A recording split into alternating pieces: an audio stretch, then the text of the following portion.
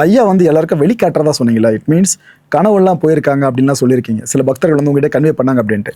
இப்போ நான் நம்மளோட டாக்குமெண்ட்ரி பார்க்குறேன். நான் ஒரு புது ஆள் பார்த்துட்டு பரவாயில்லையே கொஞ்சம் இன்ட்ரெஸ்டிங்காக இருக்கு, கோயில் பக்கம் தானே ஒரு அடி எட்டு போயிட்டு வந்துருவோமே அப்படின்னு வராங்க ஐயா. முறை வராங்க, வந்து கோயிலில் கால் வச்சுட்டு ஐயாவை கையெடுத்து வணங்கி சரண்டர் பண்ணிட்டு போயிட்டாங்கன்னா அதுக்கப்புறம் அவங்க சார்ந்த என்னென்ன விஷயங்கள்லாம் நடக்கும்? சித்தர் போகர் அவர்கள் எப்படி தன்னை அவங்க கிட்ட காட்டுவார்? கனவுலியா மற்ற விஷயங்களா? அதை பற்றி சொல்ல முடியுமா? ஐயா அந்த இடத்துக்கு வரும்போதே அந்த வர்ணன்ஷாவே கர்ம நிவாரணம் ஆகும் நேரம் வரும்போது அங்கே வர முடியும். அப்படிங்களா? ஆமாங்க ஐயா. ஓகே நம்ம நினச்சி போகிறது கிடையாது. கண்டிப்பாக சித்தர்கள் இடமா அந்த மாதிரி கிடையாதுயா. பல கோயில் நாம் போகலாம்.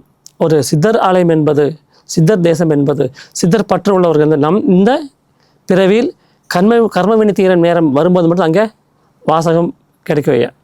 ஓகே, இப்போ இன்னொரு டவுட்டு நம்ம மக்களுக்கே வரும். சரி ப்ரோ, சும்மா நாங்கள் போய் பார்க்குறோம், ஆனால் ஏதாவது விரதங்கிறது இருக்கணுமா? இப்போ நம்ம கோயிலுக்கு போகிறதா இருந்தால் அதுக்கு முன்னாடி நான்வெஜ் சாப்பிட மாட்டோம். ஒரு 2-3 நாளைக்கு நம்ம ஒரு மாதிரி சுத்தபத்தமாக இருப்போம், பயங்கரமாக வீட்டில் ரொம்ப சுத்தமாக இருப்போம். அது போல் இந்த போகவனம் போகிறதுக்கு முன்னாடி நாங்கள் எப்படின்னா ரெடி ஆகணும் அப்படின்ற கேள்வி அவங்க மனசில் இருக்குன்னா அதுக்கு என்ன பதில் சொல்லுவீங்க? ஆத்மசுத்தியாவா? அதாவது நான்வெஜ் சாப்பிட்டுக்கோ, பிரச்சனை இல்லை. ஆத்மசுத்தியாவா?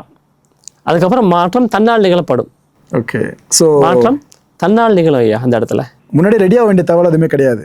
சொன்ன மாதிரி அந்த பற்றோடு அவரும் வர சொல்லுவாரே, சாப்பிட்டு வருவானே, சரி சாப்பிட்டுட்டு வாணி. ஓ, அதுதான் கேட்குறேன். எதுவும் சந்தோஷமா அது சந்தோஷமா வாணி. சந்தோஷம் பழகவே உண்டு இல்லைங்களா? சிலவர் கோயிலுக்கு போன சந்தோஷம், சிலர் சினிமா பார்த்தா சந்தோஷம், சிலவங்களுக்கு பாருக்கு போன சந்தோஷம். எந்த சந்தோஷம் நீடிக்கும்? இதெல்லாம் சிற்றின்பம். ஆமாங்க. உனக்கு பேர் என்ன? ஐயாவை சரணடைய. ஆமாம், சரணடையோட உன் தேவையை அறிவார். ஓகே, அந்த பற்றட்டு நிலை எடுத்துகிட்டு போயிட்டே இருக்கும் அடுத்த நிலைக்கு. இது எல்லாத்துக்கும் ஒரு எல்லை உண்டு. அது எல்லையற்ற ஒரு பெருவாழ்வு இல்லையா? அது ஓகே, தெளிவாக புரியுது ஐயா. எல்லையற்ற பெரும் வாழ்வு. குரு நம் கைப்பிடிக்கும் போது நம் தேவை அவர் உணர்வார். மீண்டும் அதே கொஸ்டின் சரணாகதி அடைந்த வீடு. இன்னும் எல்லாத்துக்கும் இந்த வாழ்வியாக இருக்கார்.